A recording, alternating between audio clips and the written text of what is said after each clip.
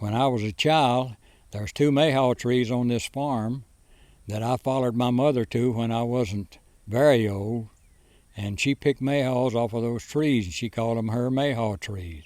And my dad kept them cleaned out under so she could get the mayhaws off of them. And that's been at least 60 to 70 years ago. So those trees are still alive and still have mayhaws on them today. I'm Bill Jackson. We're here on Jackson's Fruit Farm. It's a small mayhaw growing operation in East Texas out of Livingston, Texas.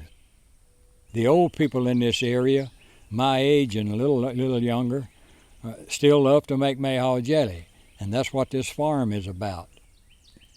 Mayhaw Jelly is not all created equal. The handmade, one batch at a time Mayhaw Jelly is probably the best jelly you're going to get. First you got to have berries naturally, and the old way we went to the swamps and we either picked them up off of the ground or shook them off on a sheet or shook them off some way or another or picked them off of the tree to get enough berries to make a cooking a jelly.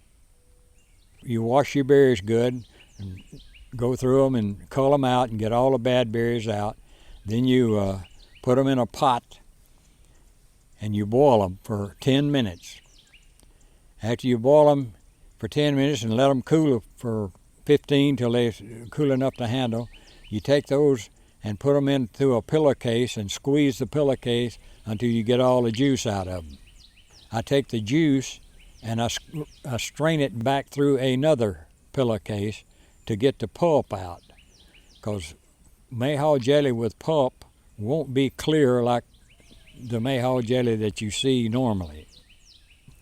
You put it in the pot, either 4, 8, or 12 cups, and you add sugar gel to it. Then comes the sugar. There's more sugar in jelly than there is juice. Back when there wasn't a store open on every corner, and Walmarts and all the other big stores, you had to make what you eat or grow at one, and that's what we did. And my mother could make biscuits that you wouldn't believe, and that's what we had for breakfast. We had butter and Mayhaw Jelly and biscuits. The future for me here, as long as I live, is pretty bright.